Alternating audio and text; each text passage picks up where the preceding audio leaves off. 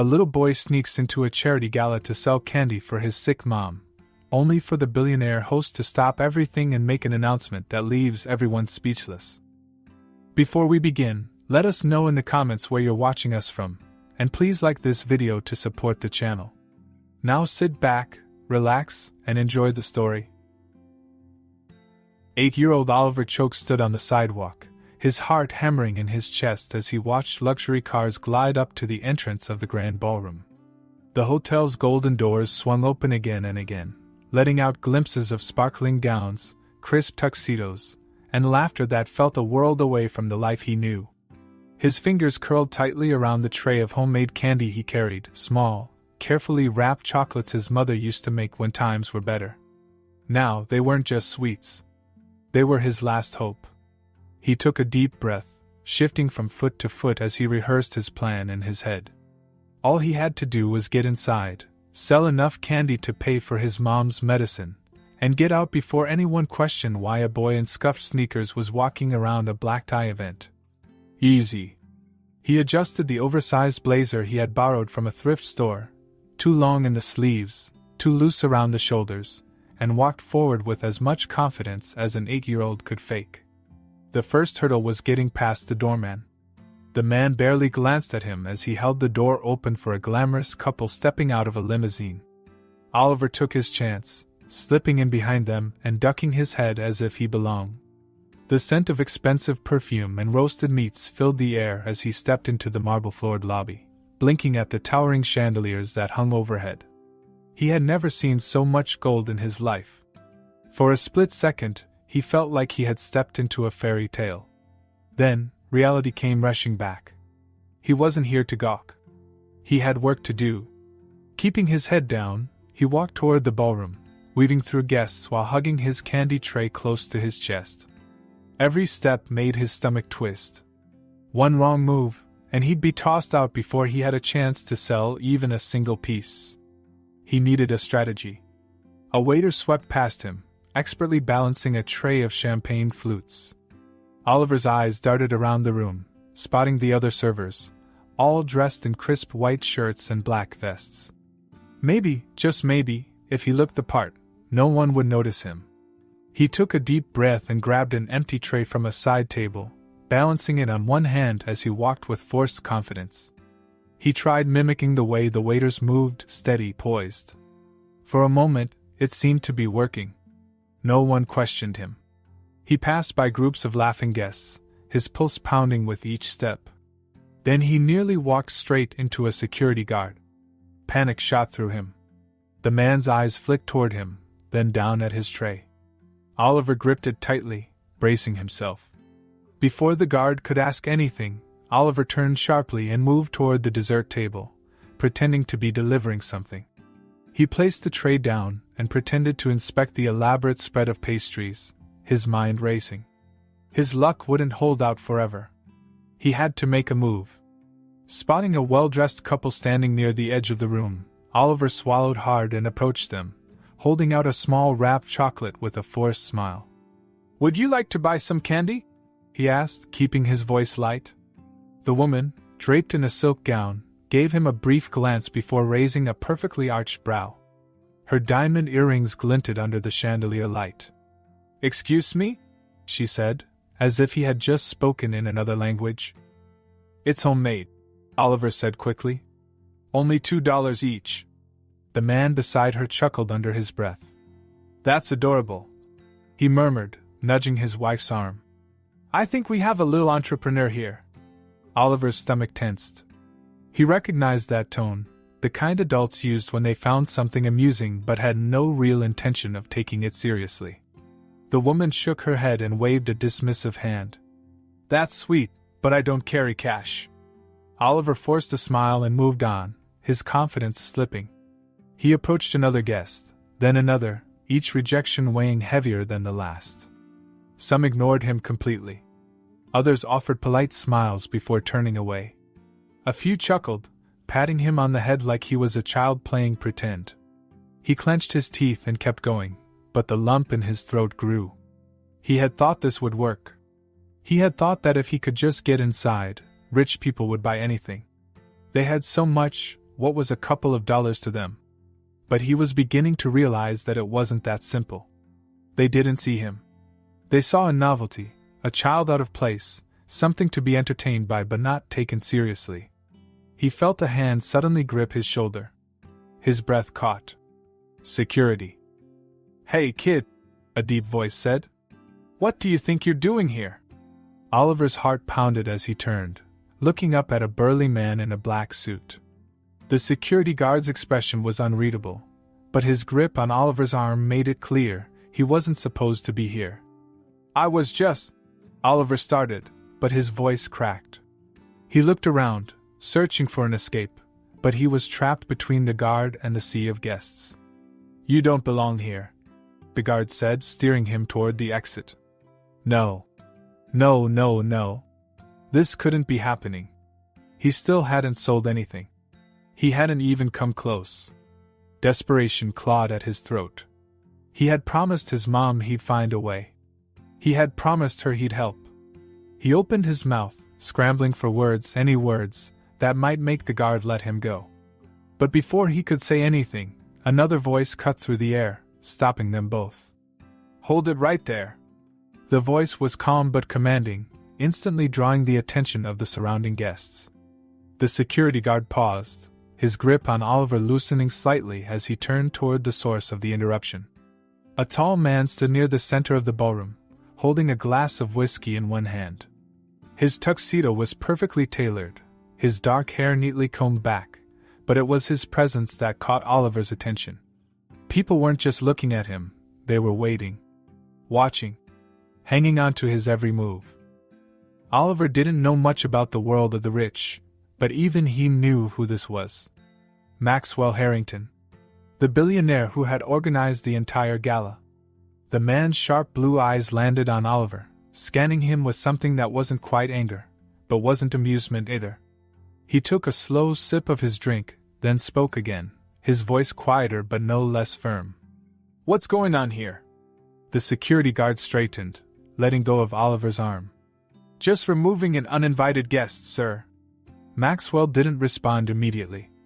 He took another sip of his drink, then lowered the glass. "I see," he said, his gaze never leaving Oliver. He tilted his head slightly. "And what, exactly, was our uninvited guest doing?" The guard hesitated. "Selling candy, sir." For a moment, there was silence. Then, to Oliver's complete shock, Maxwell smirked. "Well," he said, adjusting his cufflinks. "This I have to hear." The silence in the ballroom stretched as all eyes turned toward Maxwell Harrington. Oliver felt his stomach twist into knots. He had never been the center of attention before, at least, not in a way that felt this dangerous. The guests, who had barely given him a second glance before, now seemed deeply invested in whatever was about to happen. He swallowed hard, his fingers tightening around the edge of his tray, as if holding onto it could keep him grounded. Maxwell took a slow step forward, his expression unreadable. The security guard still had a firm grip on Oliver's arm, but the billionaire gave a slight nod, and just like that, the man let go. Oliver rubbed at the spot instinctively, not quite sure whether he had just been rescued or if things were about to get much worse. "Well?" Maxwell said, his deep voice carrying easily across the quiet ballroom. "You going to tell me why you're here, kid? Or should I take a guess?" Oliver hesitated, his mind racing. He knew how this worked. Rich people like Maxwell didn't waste their time on kids like him. This wasn't a real question. It was just a moment before he got kicked out. But then, Maxwell lifted an eyebrow, his gaze steady, and Oliver realized something strange. He was actually waiting for an answer. Straightening his back, Oliver cleared his throat. His voice was small but steady when he finally spoke. I just need to make enough money to help my mom." The room, which had already been quiet, somehow grew even stiller. The woman in the silk gown who had dismissed him earlier shifted uncomfortably. The murmuring at the surrounding tables died down, replaced by something heavier. Curiosity. Maybe even guilt. Maxwell's expression didn't change, but something flickered in his eyes. "Your mom," he repeated. "She's sick?" Oliver nodded quickly. She needs medicine. It's too expensive, so I thought maybe. If I sold enough candy. He trailed off, the last part of his sentence feeling too foolish to finish in front of people who spent more money on a single dinner than he had ever seen in his life. Maxwell exhaled, setting his drink down on a nearby table. Then, before Oliver could react, he reached out and plucked a piece of candy from the tray. Oliver stiffened, unsure what was happening, as the billionaire unwrapped it with deliberate slowness. He popped the chocolate into his mouth, chewing thoughtfully while the entire ballroom watched in stunned silence. After a long moment, Maxwell smirked. "Not bad," he said, his voice casual, like they were just two businessmen discussing a deal. "A little sweet for my taste, but I've had worse." The tension in Oliver's chest loosened just slightly, but he barely had time to process the strange turn of events before Maxwell straightened and turned toward the audience. "But," he continued, his voice taking on a new weight, a kind of command that only people like him could carry, "I think we can do better." Oliver blinked. "Better?" he echoed uncertainly.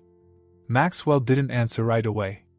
Instead, he grabbed the microphone from a passing waiter, who looked like he had absolutely no idea what was happening, and faced the crowd. "Ladies and gentlemen," he said, his voice rich with authority, "this boy came here tonight with a plan. He knew exactly what he wanted, and he fought for it. Now, I don't know about the rest of you, but I respect that." There were a few murmurs from the crowd. Some guests nodded, shifting in their seats, while others still seemed unsure. Maxwell continued before they could start questioning what, exactly, was happening. "Think about it. He could have stolen. He could have begged. But instead, he came here, to a room full of people who wouldn't miss a few dollars, and tried to earn it the honest way. That's not just business sense, that's guts." Oliver felt his face heat up. He wasn't sure if he should be proud or terrified. Maxwell smirked and turned back to him. "How much were you hoping to make tonight?" Oliver hesitated. Maybe $50? A soft chuckle rippled through the crowd, but it wasn't mocking. It was more like disbelief. Maxwell let out a short laugh of his own before clapping a firm hand on Oliver's shoulder. "50? Kid, I don't think you're thinking big enough." Oliver frowned, confused, but before he could ask what that meant, Maxwell lifted the microphone again. "I'll tell you what," he announced, his gaze sweeping over the guests. "I'll start by covering all of his mother's medical bills. Every single one." A collective gasp spread through the room. Oliver's breath caught in his throat. He stared up at Maxwell, his mind struggling to process what he had just heard. He couldn't have meant that. He couldn't be serious. But Maxwell wasn't done. "And," he continued, ignoring the stunned silence, "I'll also match every donation made tonight. Dollar for dollar." His smirk widened, his sharp gaze locking onto the wealthiest people in the room. "So, who's feeling generous?" For a moment, no one moved. Then a voice from one of the front tables called out, "I'll donate 20,000. I'll do 30. Another guest added, standing up. 50,000. I'll match that." The room erupted. Hands flew into the air as numbers were thrown out, one after another, growing wilder and wilder. Oliver could barely keep up, his head spinning as the numbers climbed higher and higher. This wasn't happening. This couldn't be real. He had been struggling to sell $2 chocolates, and now people were throwing around thousands, hundreds of thousands, like it was pocket change. Maxwell's smirk deepened. "Looks like you just made a lot more than $50, kid." Oliver's hands tightened around his tray, his whole body buzzing with disbelief. I don't understand," he admitted quietly. Maxwell crouched down so they were at eye level. His voice lowered, softer now, meant just for Oliver to hear. "You wanted to help your mom," he said simply. "Now you can." Something thick lodged itself in Oliver's throat. His eyes stung, and he swallowed hard, refusing to cry in front of all these people. He had never been given anything in his life. Not like this. Not by someone like Maxwell Harrington. A warm hand squeezed his shoulder, grounding him. You fought for her, Maxwell added, standing up. That's what matters. Oliver looked up at him, at the man who had just turned his entire world upside down, and for the first time since stepping into this ballroom, he let himself believe, just for a moment, that maybe, just maybe, everything was going to be okay. The ballroom was a blur of movement and murmured voices as the donations rolled in faster than Oliver could process.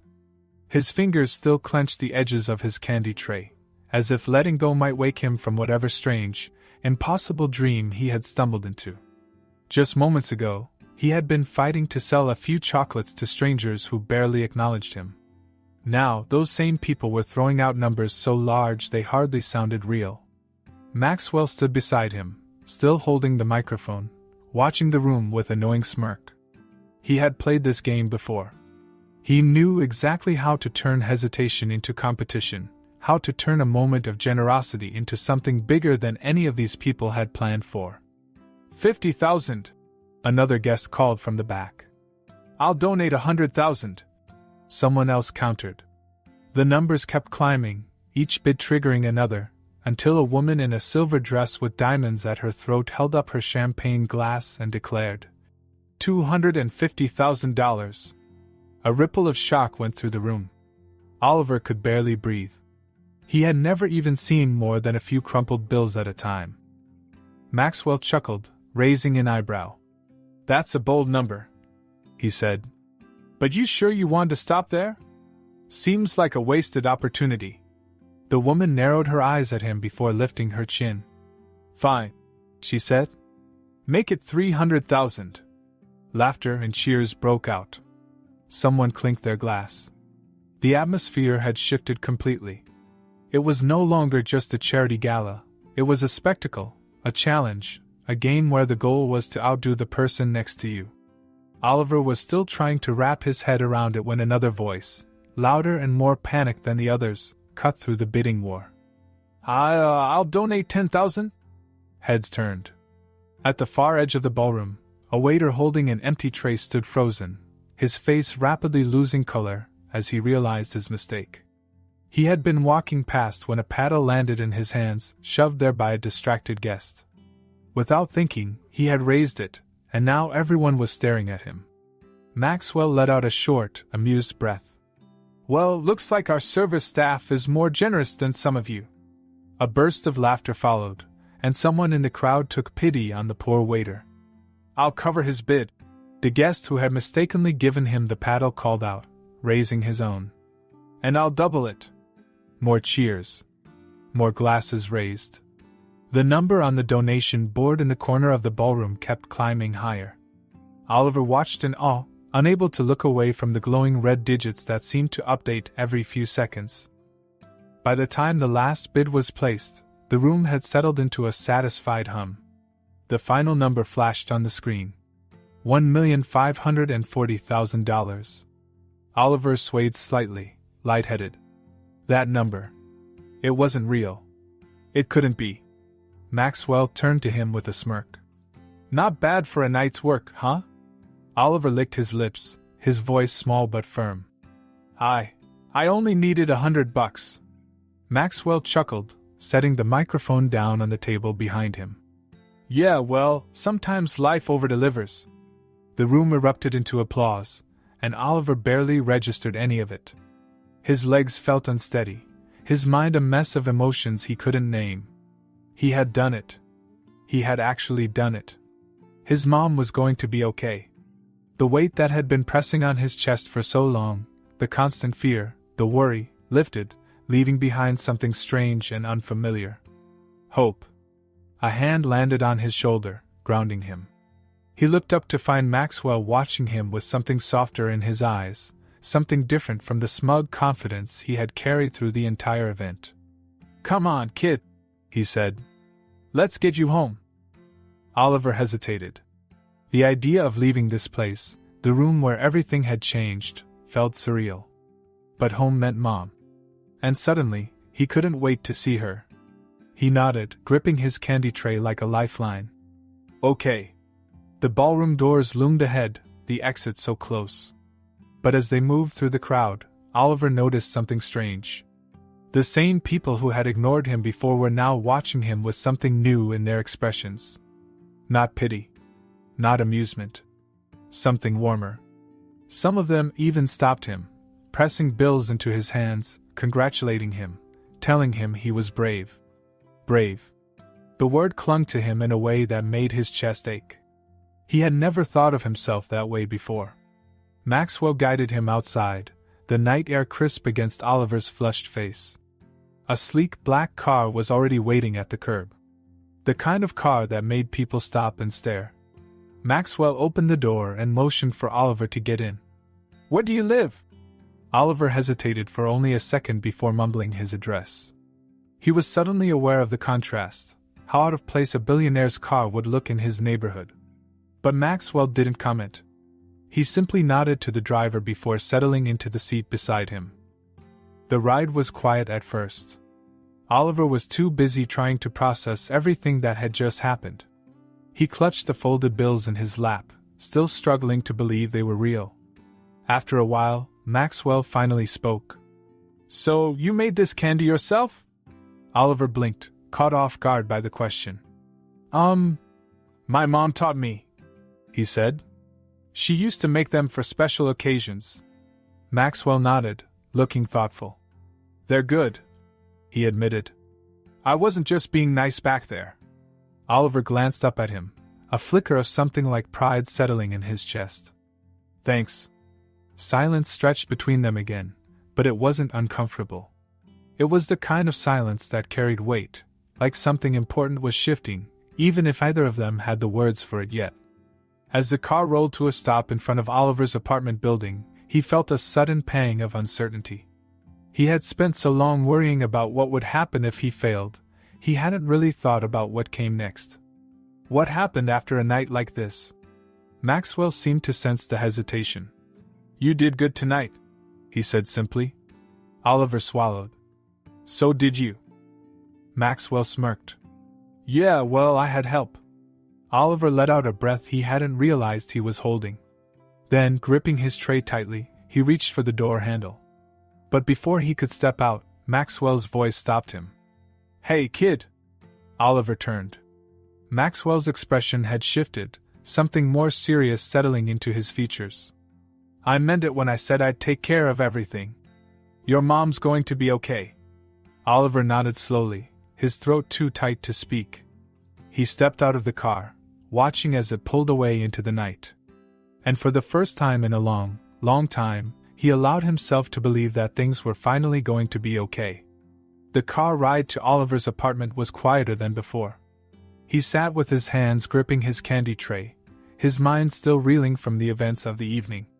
Every so often, he'd glance at Maxwell, who seemed more relaxed than he had been at the gala, his jacket unbuttoned, his expression unreadable as he watched the city blur past. Oliver still wasn't sure what to make of the billionaire. He had expected a man like Maxwell to laugh him off or maybe give him a pat on the head and send him on his way. But instead, he had taken him seriously. He had helped. And not in a way that made Oliver feel small, but in a way that made him feel like maybe, just maybe, he mattered. The car finally slowed as they turned onto Oliver's street, the buildings growing smaller, older, more worn. The contrast between this neighborhood and the ballroom Maxwell had just left behind couldn't have been starker. The streetlights flickered, the sidewalks cracked, and the paint on the front doors peeled from years of neglect. It wasn't a place where expensive cars like Maxwell's usually stopped. But tonight, as the vehicle came to a halt in front of a modest, run-down apartment complex, it was exactly where he needed to be. Maxwell glanced at the building, then at Oliver. "This is home?" he asked, his tone neutral. Oliver nodded. "Yeah. It's not fancy, but it's ours." He hesitated, then added, "Well, as long as we can keep up with rent." Maxwell didn't say anything to that. He simply exhaled, opened his door, and stepped out. Oliver hesitated for a second before following, his heart thudding with anticipation. His mom was going to be so relieved. She wouldn't have to worry anymore. They wouldn't have to count pennies just to afford her medicine. Everything was finally going to be okay. He led Maxwell up the worn-out stairs, each creak of the old wood echoing through the quiet hallway. When they reached his door, he adjusted his grip on his candy tray, then knocked lightly. There was a pause, then the faint sound of shuffling from inside. A moment later, the door creaked open. Emily Choke stood in the doorway, exhaustion written across her face. She was still wearing her work uniform, an old blue button-up with a coffee shop logo on the sleeve, and her hair was pulled into a messy bun. The dark circles under her eyes told Oliver she hadn't slept much. But when she saw him, her expression softened, and she let out a breath of relief. "Oliver," she said, pulling him into a quick hug. "Where have you been?" "I was worried sick." "I'm fine, Mom," Oliver said quickly, pulling back. "But you're not gonna believe what happened." Before Emily could question him, her gaze lifted past his shoulder and landed on Maxwell.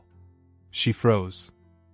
For a long moment, she just stared, blinking as if she wasn't entirely sure whether she was imagining the sharply dressed billionaire standing in her doorway.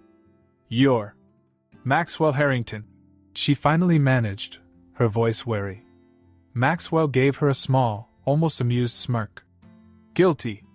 Emily's eyes flicked back to Oliver, then to Maxwell again, her expression shifting from confusion to suspicion. "Why is a billionaire standing outside my apartment?" Her tone wasn't rude, but it wasn't exactly welcoming either. Oliver, still beaming with excitement, opened his mouth to explain, but Maxwell stepped forward, holding out a neatly folded piece of paper. "Because," he said, "your son crashed my gala tonight." Emily's expression morphed into shock, then horror. "Oliver!" She turned to him, her voice dropping into a sharp whisper. "Please tell me you didn't. I was selling candy." Oliver interrupted, exasperated. "And it worked. Mom, they gave me over $1 million. Emily's face paled. Her gaze darted back to Maxwell, then to the check in his hand. Her fingers twitched like she wanted to take it, but she didn't. Instead, she crossed her arms. I don't understand." Maxwell, still holding out the check, exhaled. "Your son was trying to raise $50 for your medicine. Instead, he walked out with over $1 million. He paused. "I covered your medical expenses personally." Emily's breath hitched, her lips parting slightly as if she hadn't fully heard him. Oliver watched as she stared at the check, her hands trembling at her sides. But then, to his surprise, she took a deep breath and straightened her shoulders. "No," she said. Both Oliver and Maxwell froze. Maxwell raised an eyebrow. "No?" Emily shook her head. "I can't take this." Oliver's heart dropped. "Mom, what?" "Why?" Emily's gaze flickered with emotion, but her voice remained steady. "Because I don't want charity," she said firmly. "I appreciate what you've done for Oliver, and I'm grateful you helped him, but I can't take more than what we actually need." Maxwell stared at her for a long moment, something unreadable passing through his eyes. Then, slowly, he folded the check back in half and tucked it into his jacket pocket. "All right," he said simply. "Then don't think of it as charity." Emily frowned. "What else would it be?" Maxwell's smirk returned, though it was softer this time. "Think of it as an investment in your future." Emily let out a short, incredulous breath. "That's still charity." "No," Maxwell countered. "Charity is when you give money away without expecting anything in return. An investment is different." His gaze flicked to Oliver. "Your son fought for you tonight. He didn't ask for pity. He asked for an opportunity." He turned back to Emily, his expression turning serious. "So, here's an opportunity. You don't have to take everything. But if you let me help, I can make sure you don't have to struggle anymore." Emily's lips pressed together, her fingers curling into fists at her sides. Oliver could see the conflict in her eyes, the way she wanted so badly to accept but couldn't bring herself to do it. It was in the tightness of her jaw, the way she blinked rapidly as if trying to fight back tears. Before she could say anything else, Oliver grabbed Maxwell's sleeve. "Hey, Mr. Maxwell," he said, his voice cutting through the tension. "You should stay for dinner. Mom makes the best spaghetti." Maxwell blinked, thrown off by the sudden shift. Emily looked just as surprised. Oliver, she started. But Maxwell, to both their shock, actually looked like he was considering it. His lips twitched slightly, and for the first time, there was something almost genuine in his expression. Spaghetti, huh? He mused. Oliver nodded enthusiastically. Yeah. It's really good. Emily shook her head, looking exasperated. Oliver, I don't think Mr. Harrington, I think I'd like that. Maxwell interrupted. Emily's eyes widened. Oliver grinned. Maxwell, billionaire, businessman, and the last person who had any business being in their small apartment, stepped inside. And for the first time in a long time, Oliver saw his mother smile. The scent of garlic and simmering tomatoes filled the small apartment as Emily stirred a pot of sauce on the stove, glancing every so often at the man sitting uncomfortably at the tiny kitchen table. Maxwell Harrington, billionaire, business mogul, and completely out of his element in a home like this, had traded his usual polished, effortless confidence for something more hesitant, like he wasn't sure where to place his hands or what to do with himself in a space so different from the world he was used to. Oliver, however, seemed completely at ease, moving around the kitchen with practiced steps as he grabbed plates from the cupboard and set them on the table. He had seen his mother cook 100 times before, knew exactly how to stay out of her way when she was working. Maxwell, on the other hand, looked downright lost. Do you need help with anything? He asked finally, leaning forward like he was ready to jump in at a moment's notice. Emily raised an eyebrow, giving him a quick once-over before shaking her head. No offense, Mr. Harrington, but I don't think you've ever chopped an onion in your life. Oliver grinned as he sat down. Yeah, for a billionaire, you're kinda useless in a kitchen. Maxwell exhaled a quiet laugh, shaking his head. That obvious? Painfully, Emily said, a small smirk playing at her lips. You look like you're waiting for someone to bring out a steak and a glass of 100-year-old wine. Maxwell chuckled, tilting his head. I mean, I wouldn't say no. Emily let out a soft laugh despite herself. It caught her off guard, how easy it was to slip into this conversation, how strange it felt to have someone like Maxwell Harrington sitting in her kitchen, waiting for a plate of spaghetti like a regular person. A part of her still didn't fully trust it, didn't trust him, but another part of her, one she wasn't quite ready to acknowledge, found herself watching him with a flicker of curiosity. She turned back to the stove, shaking her head. Well, sorry to disappoint. You're getting what's in the pot, and you're going to like it. I'm sure I will, Maxwell said easily, leaning back in his chair. Though I have to say, it's been a long time since I've had a home-cooked meal. Oliver looked up from the fork he was fiddling with. You don't cook? Maxwell hesitated, then gave a small shrug. Haven't had much of a reason to. Emily glanced at him from the corner of her eye. She didn't know much about Maxwell outside of the headlines: ruthless businessman, billionaire investor, the kind of man who could buy an entire city block without blinking. But something about the way he said it made her pause. He wasn't bragging about having a private chef or expensive meals at high-end restaurants. If anything, there was something almost hollow in the way he said it. Well, she said after a moment, turning off the stove and grabbing the plates. Tonight you do. She placed the food in front of them, sliding a steaming plate of spaghetti toward Maxwell before sitting down across from him. He eyed the dish for a moment before twirling some pasta onto his fork and taking a bite. Oliver watched closely, waiting for his reaction. Maxwell chewed, swallowed, and then, without the usual businessman composure, let out a quiet groan of approval. Okay, he admitted, nodding. This is actually fantastic. Oliver grinned. Told you. Emily smirked, but there was warmth behind it. Not bad for someone who doesn't have a private chef, huh? Maxwell set his fork down for a second, looking between them. No, he said, voice softer. Not bad at all. For the first time since walking into the apartment, he let himself relax, let himself exist in this moment without thinking about numbers or investments, or the millions of moving parts in his usual world. The room was small, the furniture mismatched, the wallpaper peeling slightly in the corners, but it was warm, lived in, filled with laughter and the quiet kind of love that didn't need to be spoken aloud. It was nothing like his penthouse, where every piece of furniture had been handpicked by a designer, where every surface was polished and expensive but utterly lifeless. He didn't realize how much he had missed this, missed something he had never really had.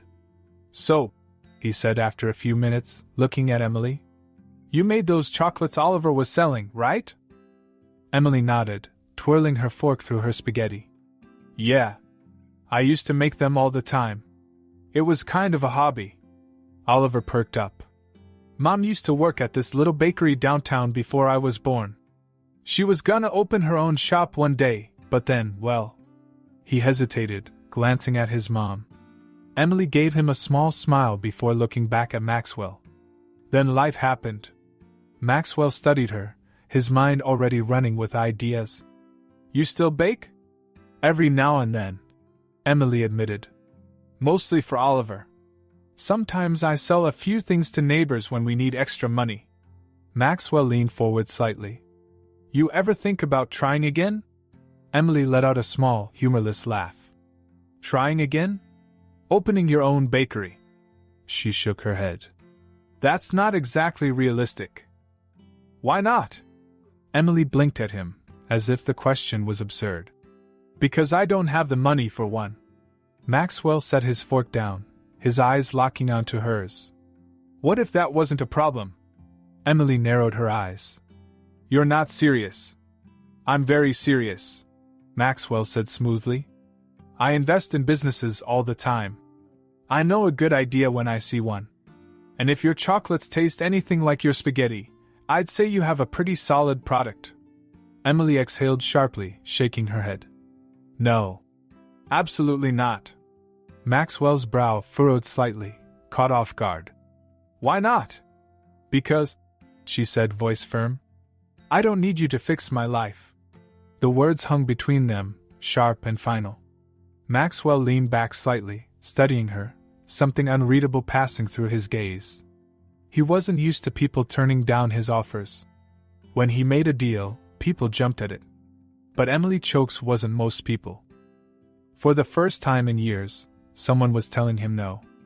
And for some reason, instead of being annoyed, he was intrigued. Oliver, oblivious to the tension, poked at his spaghetti. "You know, Mom, it wouldn't be the worst idea." Emily sighed, rubbing a hand over her face. "Oliver." "What?" Oliver said, grinning. "I mean, if we're already taking his money for your medicine, maybe a bakery wouldn't be so bad?" Maxwell chuckled, but he didn't push. "Not yet." Instead, he leaned back, smirking slightly. "Well, the offer stands." Emily shot him a look but said nothing. Maxwell took another bite of spaghetti, enjoying it just a little bit more now. Maybe, just maybe, this night was turning into something more than just a good deed. The days after Maxwell's unexpected dinner visit felt surreal for Emily. She kept waiting for the moment when it would all seem like a strange dream, when reality would come crashing down and remind her that men like Maxwell Harrington didn't just waltz into lives like hers. But the check was real, the relief of knowing her medical bills were covered was real, and most surprisingly, the way Oliver talked about Maxwell now, as if he was some kind of hero, was also real. She told herself it didn't matter. That Maxwell would move on soon, return to his world of billion-dollar deals and luxury boardrooms, and she and Oliver would go back to the way things were. But deep down, a small voice whispered that she wasn't so sure anymore. It had been 3 days since Maxwell's visit, and she was standing at the kitchen sink, rinsing a bowl, when a sharp knock at the door made her pause. Oliver, who had been sitting at the table doing homework, looked up. "Maybe it's Mr. Maxwell," he said, a hopeful edge to his voice. Emily wiped her hands on a dish towel, shaking her head. "I doubt it." She crossed the room and pulled open the door. The breath left her lungs. "Ryan." He stood there, leaning against the doorframe like he had never left, a cocky smirk tugging at his lips. His hair was shorter than she remembered, his beard neatly trimmed, but the same sharp, calculating glint was in his eyes. The same glint that had always made her uneasy. "Hey, Em," he said, voice smooth as ever. "Long time, huh?" Emily's fingers tightened on the edge of the door. Her first instinct was to slam it shut, but before she could react, Oliver's voice piped up behind her. "Dad?" Emily flinched. Ryan's smirk widened as he shifted his gaze to Oliver. "Hey, buddy," he said, as if the past 8 years had never happened. "You've grown."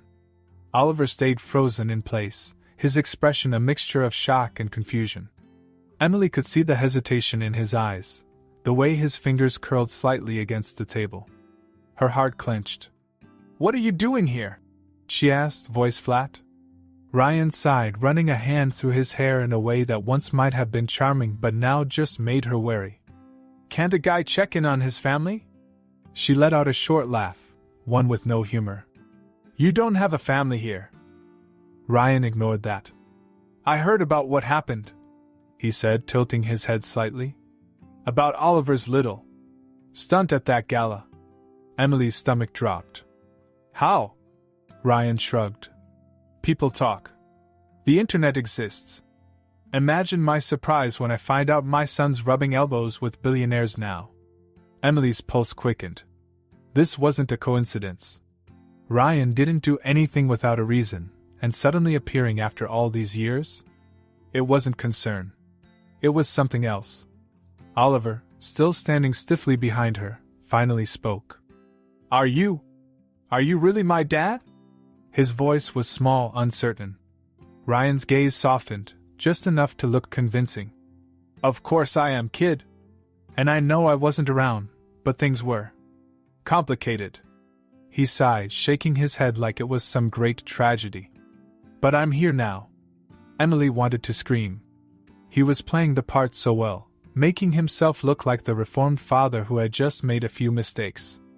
And Oliver, sweet, trusting Oliver, was buying it, if only a little. Ryan stepped forward slightly, lowering his voice. "Can I come in?" Emily stiffened. "No." Ryan's eyes darkened, but the smile stayed. No," she repeated, firmer this time. "You don't get to walk back in here like nothing happened. You left. You made your choice." Ryan's jaw tensed, but he didn't argue. Instead, he shifted tactics, glancing at Oliver again. "You know, I never thought I'd see the day when my kid was hanging out with rich guys," he said casually. "That Maxwell guy must really like you, huh?" Emily's stomach twisted. She knew exactly where this was going. Oliver hesitated before nodding. "Yeah. He's helped us a lot." Ryan clicked his tongue. "That's so?" He gave a small, amused shake of his head. "Listen, kid.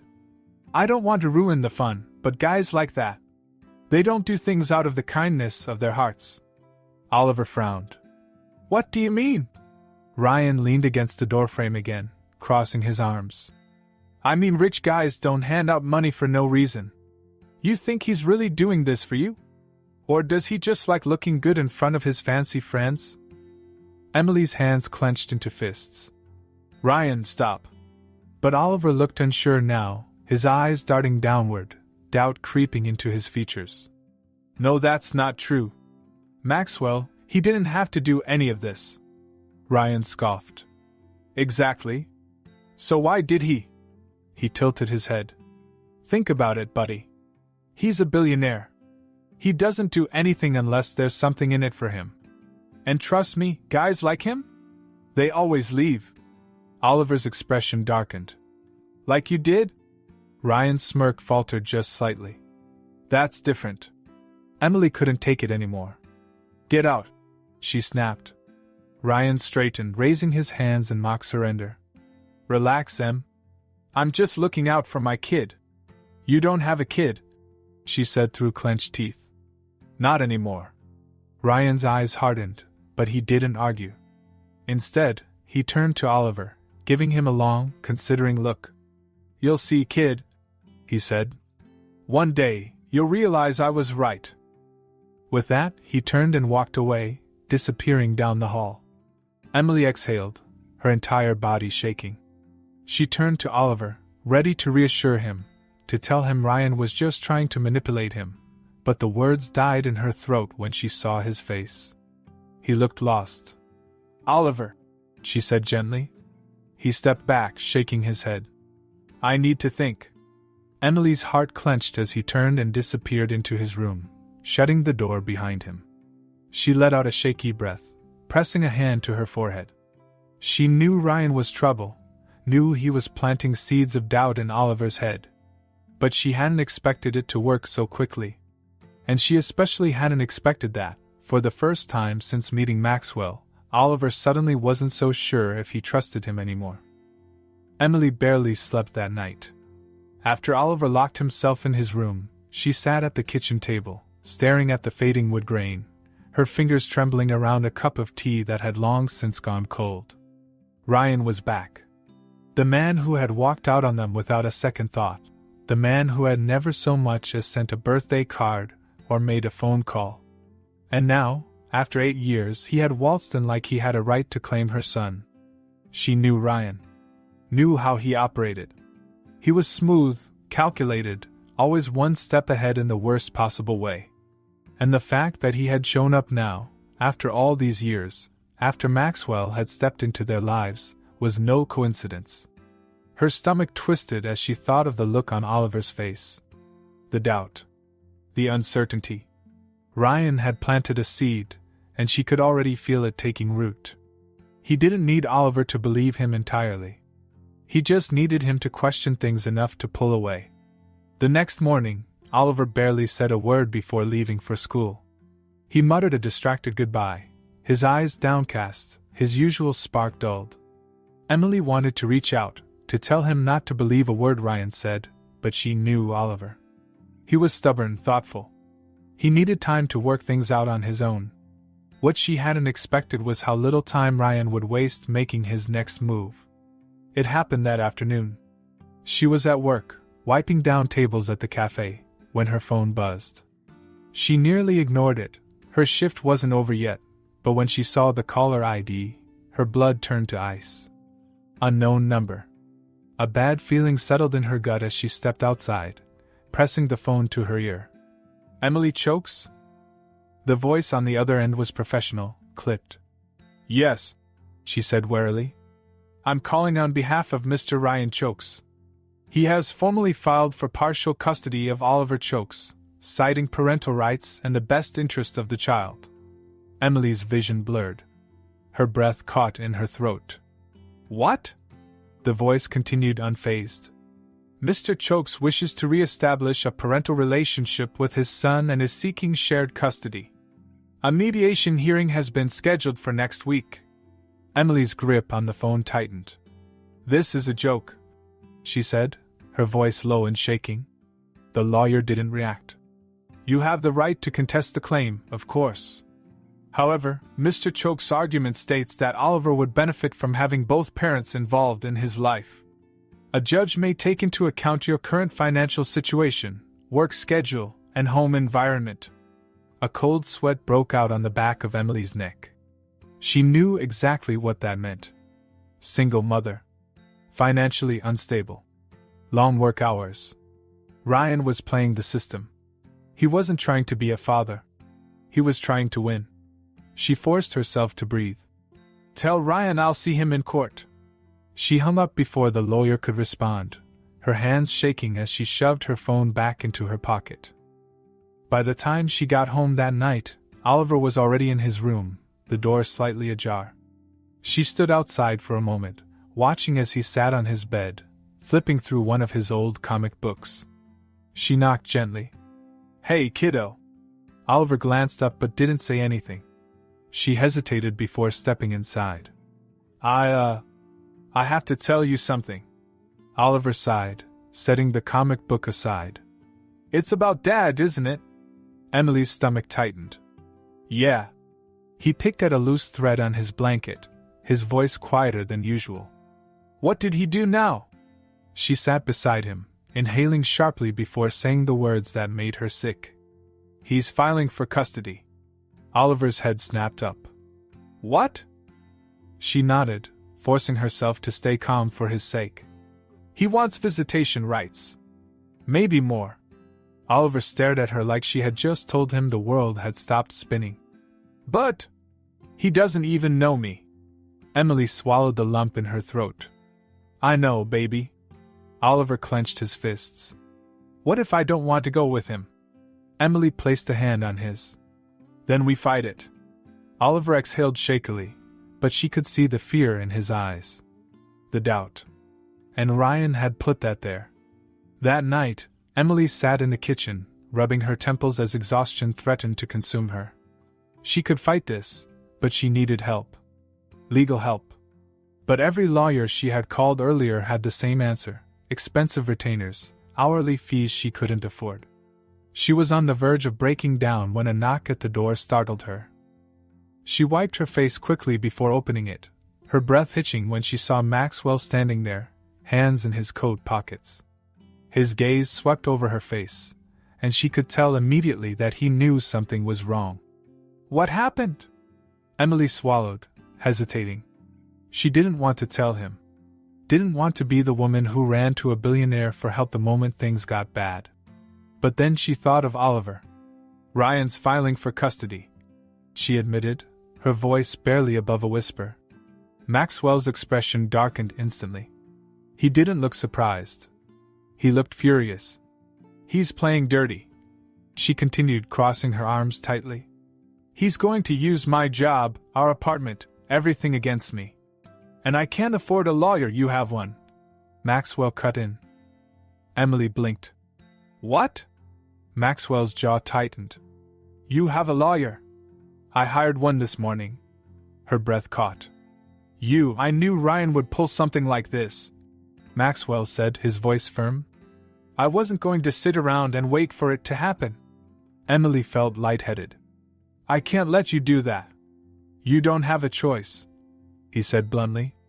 This isn't about pride, Emily. It's about keeping your son safe. Her throat tightened. She wanted to argue. She wanted to tell him she could handle it on her own. But she couldn't. And Maxwell knew it. She exhaled shakily, finally nodding. Okay. Maxwell's face softened just slightly. I'll take care of it. Emily studied him for a moment. The way he stood there, completely sure, completely unwavering.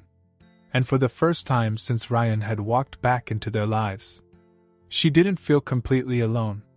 But neither of them knew that upstairs, just out of view, Oliver was standing by the staircase, listening. And as much as he wanted to believe Maxwell was on their side, Ryan's words still echoed in his mind. Guys like him always leave. And for the first time, Oliver wondered if his dad might have been right. The tension in the apartment felt suffocating. Days had passed since Ryan's custody threat, and though Maxwell had stepped in with legal help, the weight of it still loomed over Emily like a storm cloud waiting to burst. Oliver had grown distant, quieter than usual. She caught him staring off sometimes, brows furrowed, as if he was trying to piece together a puzzle that didn't quite fit. She knew what he was thinking. Knew Ryan's words had wormed their way into his heart, planting doubt where trust had once been. And as much as she wanted to reassure him, she didn't know how.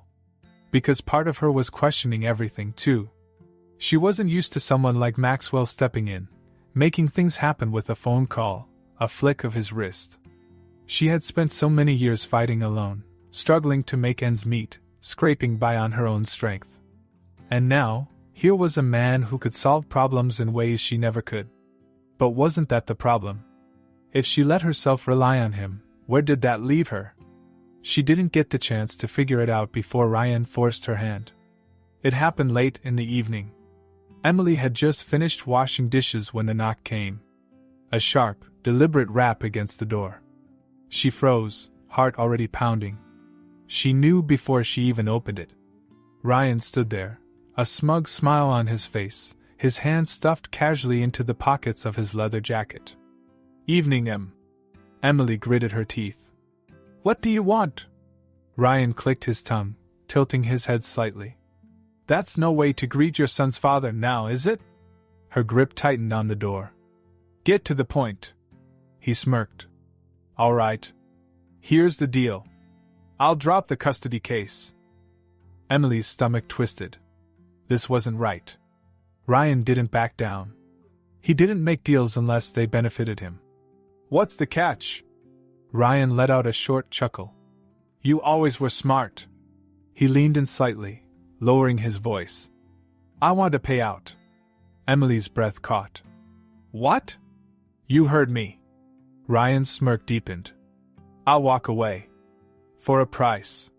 She stared at him, disgust curling in her gut. You don't care about Oliver at all, do you? His smile vanished. I care about what's fair. He straightened.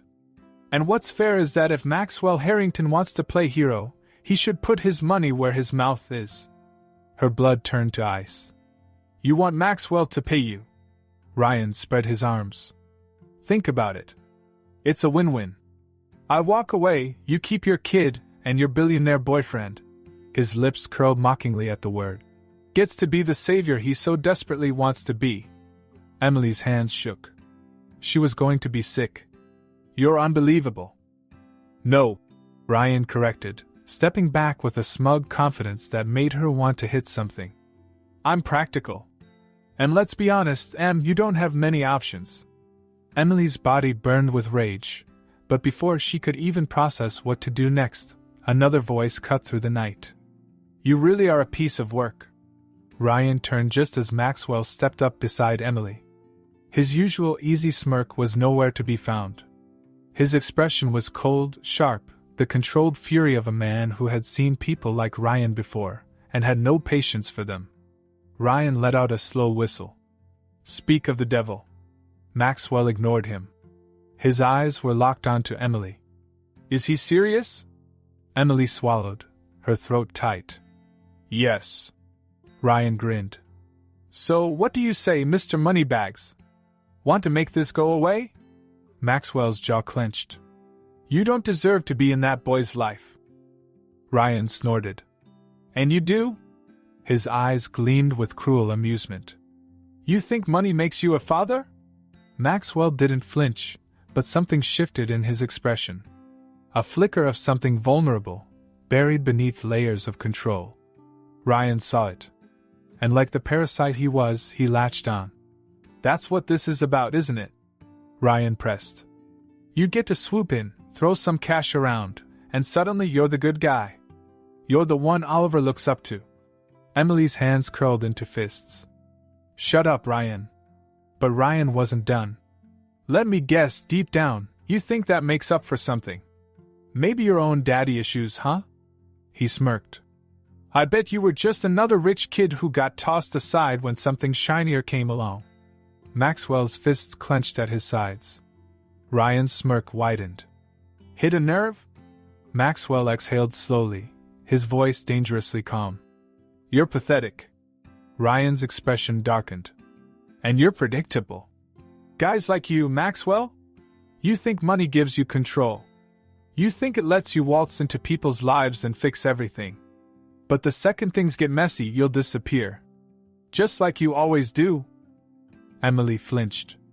Not because Ryan's words hurt her, but because a small part of her was terrified they might be true. Ryan saw her hesitation. His smirk returned. CM? You know I'm right. Enough. Maxwell snapped. Emily turned to him, but the look on his face sent her stomach plummeting. He wasn't just angry. He was hurt. Ryan scoffed.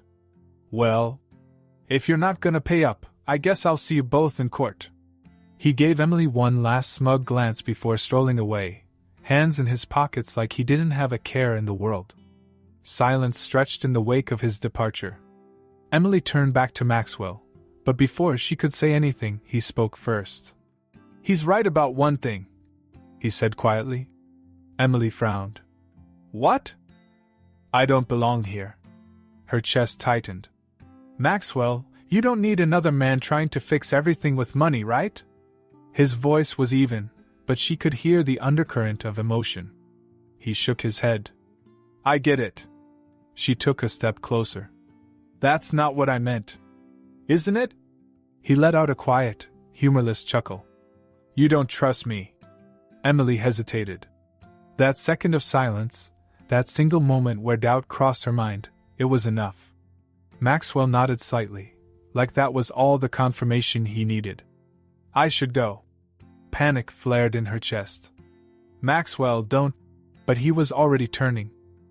Emily watched, helpless, as he walked away. And this time, she wasn't sure he was coming back. The days after Maxwell walked away were heavy with silence. Emily felt it in every corner of the apartment, in the way Oliver barely spoke, in the way she kept expecting a knock on the door that never came. She told herself it was for the best. Maxwell had his own world, a life where problems were solved with money and influence, and she had hers, a life built on scraping by, on never expecting anyone to stay. But knowing that didn't make it hurt any less. Oliver was taking it worse. He didn't say much, but she caught him staring at his phone, fingers hovering over the screen, like he was debating whether to send a message. He never did. Instead, he kept to himself, quieter than usual, his usual spark dimmed. Ryan must have sensed it. The moment Maxwell was out of the picture, he wasted no time in making his next move. Emily was at work when she got the call. Her phone buzzed against the counter, and she grabbed it absently, still wiping down a table. The second she saw the number, her stomach dropped. "Mrs. Chokes?" The school secretary's voice was calm but urgent. "Is Oliver supposed to be leaving early today?" Emily nearly dropped the phone. "What?" "There's a man here. He says he's Oliver's father." A cold, suffocating panic gripped her. "Do not let him leave. I'm on my way." She barely remembered running out of the cafe, barely remembered anything except the pounding of her heartbeat as she flagged down a cab and barked out the address to the school. Every possible scenario played in her head, each one worse than the last. Ryan was manipulative, but would he really go this far? Would he actually try to take Oliver? By the time she arrived at the school, she was shaking. She shoved open the front doors, scanning the hallway frantically. And then she saw him. Ryan stood near the entrance, hands in his pockets, his usual smirk firmly in place. But Oliver was standing stiffly a few feet away, arms crossed, his expression a mix of confusion and frustration. Emily stormed toward them, her voice sharp. "What the hell do you think you're doing?" Ryan turned, acting as if he had just been having a casual conversation. "Relax, Em. I was just taking my son home." Emily's hands clenched into fists. "You don't get to make that decision." Ryan sighed, rubbing the back of his neck. "I figured you'd be busy. Thought I'd save you the trip." Emily turned to Oliver, her voice softer. "Are you okay?" Oliver nodded, but his jaw was tight. "I wasn't going to go with him."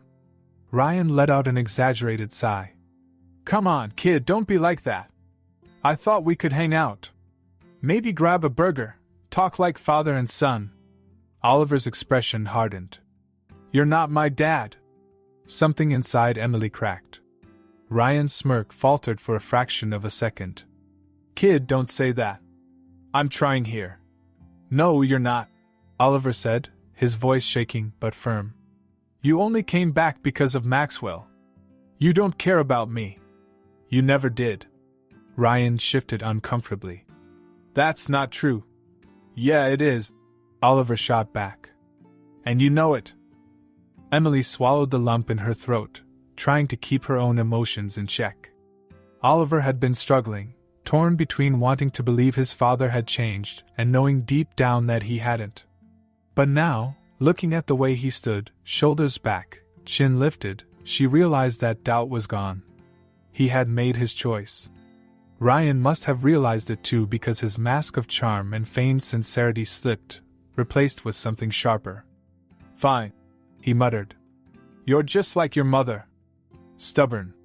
Emily stepped forward, lowering her voice. "You lost, Ryan. And you know it." His jaw tightened, and for a brief second, she thought he might try one last move, some final dig to remind them that he still had power. But then he let out a frustrated breath, shaking his head. "Whatever. Not worth the trouble." And just like that, he walked away. Emily stood there for a long moment, waiting to feel relief. But all she felt was an overwhelming sadness, for Oliver, for herself, for the years of struggle that had led to this moment. Oliver tugged at her sleeve. "Can we go home?" She nodded, wrapping an arm around his shoulders as they walked out together. That night, as they sat on the couch eating takeout, Oliver was quiet. He poked at his food, brows furrowed in thought. Finally, he spoke. "I don't want him, Mom." Emily set down her fork. "I know." Oliver took a deep breath. "I want Maxwell." Her heart twisted. She had spent so much time keeping her guard up, convincing herself that needing someone like Maxwell was dangerous. That depending on him was a mistake. But Oliver wasn't afraid to admit what she wouldn't. And the truth was, she wanted him too. She ran a hand through Oliver's hair. "I think I might have messed things up with him." Oliver frowned. "Then fix it." Emily exhaled, shaking her head. "It's not that simple." "Yeah, it is," Oliver said. "You always tell me that if I mess up, I should say I'm sorry. Maybe you should too." She stared at him, her stubborn, kind-hearted, impossibly wise son, and something inside her cracked open. He was right. The next morning, she made her decision. She was going to find Maxwell. But when she called his office, his assistant hesitated. I'm sorry, Miss Chokes. Mr. Harrington left this morning." Her stomach dropped. "Left? For an overseas trip. He'll be gone for a while." Emily's throat tightened. "Do you know where?" There was a pause. "I really can't say." She hung up, gripping the phone in her hands. Had she really pushed him away for good? Was it already too late? Maxwell sat in the airport lounge, fingers tapping absently against the armrest of his chair as he stared out the window. The plane would board soon. His schedule was packed. The next few months would be filled with business meetings, deals, distractions. Everything he needed to move forward. So why did it feel like he was running away? He reached into his pocket, searching for his phone, but his fingers brushed against something else. A small, crinkled wrapper. His hand closed around it, and when he pulled it out, his chest tightened. One of Oliver's homemade candies.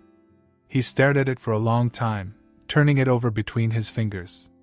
He had forgotten it was there, but now, holding it, all he could think about was the way Oliver had looked up at him, trusting. The way Emily had laughed when he burned his hand cooking. The way he had felt like, for the first time in years, he wasn't just fixing things, he was part of something. And then he thought about the way he had walked away. His jaw clenched. He wasn't running from them. He was running from the possibility that he might actually belong. But maybe he already did. Before he could think twice, he stood, grabbing his bag. He wasn't getting on that plane. Emily didn't know how Oliver had convinced her to go on a vacation. One moment, he had been pestering her about taking a break, and the next, he had somehow managed to book them a weekend getaway. She should have been suspicious, the kid was clever, after all, but she had been too exhausted to argue. Between Ryan's failed custody stunt and the lingering ache of Maxwell's absence, she had barely had time to breathe.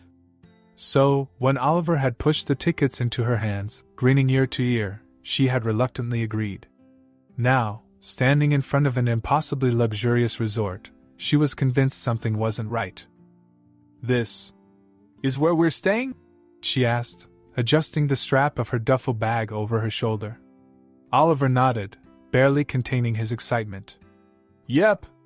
Emily frowned, eyeing the towering palm trees and the sprawling, private beachfront beyond the gates.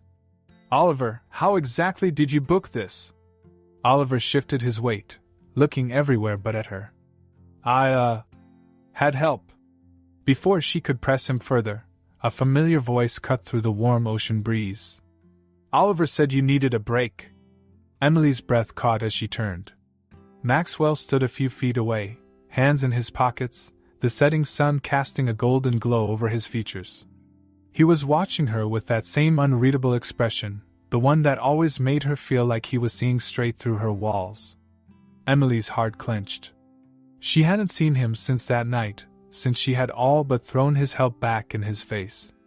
And yet, here he was. She turned to Oliver, narrowing her eyes. "You set this up." Oliver grinned. "Smart kid, huh?" Emily let out a shaky breath, shaking her head. "Unbelievable." Maxwell took a step closer. I wasn't sure you'd come. Emily swallowed hard, suddenly hyper-aware of the way her pulse quickened just from being near him. I wasn't sure either. There was a beat of silence, thick with everything they hadn't said to each other. Then Maxwell spoke, his voice softer. Emily, I'm sorry, she blurted out before he could finish. Maxwell blinked. She exhaled, rubbing her temples. I pushed you away. I let Ryan get in my head. And I was scared, okay? She dropped her hands, meeting his gaze. I've spent so long doing everything alone that I didn't know how to let someone in. But you didn't deserve that. Maxwell was quiet for a moment. Then he took another step, close enough now that she could see the faint creases in his forehead, the tension in his jaw. You don't need saving, Emily. You never did. His voice was steady, sure. But maybe. I just want to be part of your story. Emily's chest tightened. Are you sure? Because my life isn't easy. Maxwell gave her a small, knowing smile. I don't do easy. Something inside her cracked wide open. She let out a quiet laugh, shaking her head. Well, at least you know what you're signing up for. Maxwell smirked. Oh, I do. Oliver, who had been watching impatiently, finally groaned. Okay, this is great and all, but you guys are taking forever. Emily laughed, wiping at her eyes. You planned this whole thing, didn't you? Oliver shrugged. Maybe. Maxwell chuckled, ruffling the boy's hair. Remind me to hire you when you're older. That evening, the three of them walked along the private beach, the sky painted in deep hues of orange and pink. The waves lapped gently at their feet, and for the first time in what felt like forever, Emily felt light. Like the weight of the past wasn't pressing down on her anymore. Maxwell stopped suddenly, turning to face them. Emily raised an eyebrow. What? Maxwell inhaled deeply, as if steadying himself. Then, to her utter shock, he reached into his pocket, pulled out a small velvet box, and dropped to one knee. Emily's breath caught. Oliver's eyes widened. No way. Maxwell looked up at her, his expression softer than she had ever seen it. Emily chokes, you drive me insane. You challenge me. You make me rethink everything I thought I knew about my life. He exhaled, shaking his head slightly. And I wouldn't change a single thing about you. Emily's hands trembled. I don't just want to marry you, Maxwell continued. His gaze shifted to Oliver, full of warmth. I want to be there for him too. If he'll have me. Oliver's mouth parted slightly, and for a moment, he looked completely stunned. Then, slowly, a grin spread across his face. Only if I get to call you Max instead of Mr. Maxwell. Maxwell let out a breathy laugh. Deal. Emily felt tears well in her eyes. She dropped to her knees in front of him, cupping his face, her voice barely above a whisper. Yes. Maxwell smiled. Yeah? She nodded, blinking back tears. Yes. Oliver whooped, throwing his arms in the air. Best vacation ever! Maxwell laughed, pulling Emily into a deep, lingering kiss. The waves crashed softly behind them, the sun dipping below the horizon, and for the first time in years, Emily wasn't just surviving. She was home. With them. Her family. If you enjoyed this story, don't forget to leave a like, it really helps out the channel. And if you want more heartwarming and emotional stories like this, hit that subscribe button and turn on notifications so you never miss an upload. Let me know in the comments what you thought of this one. I'd love to hear your reactions. Thanks for watching, and I'll see you in the next story.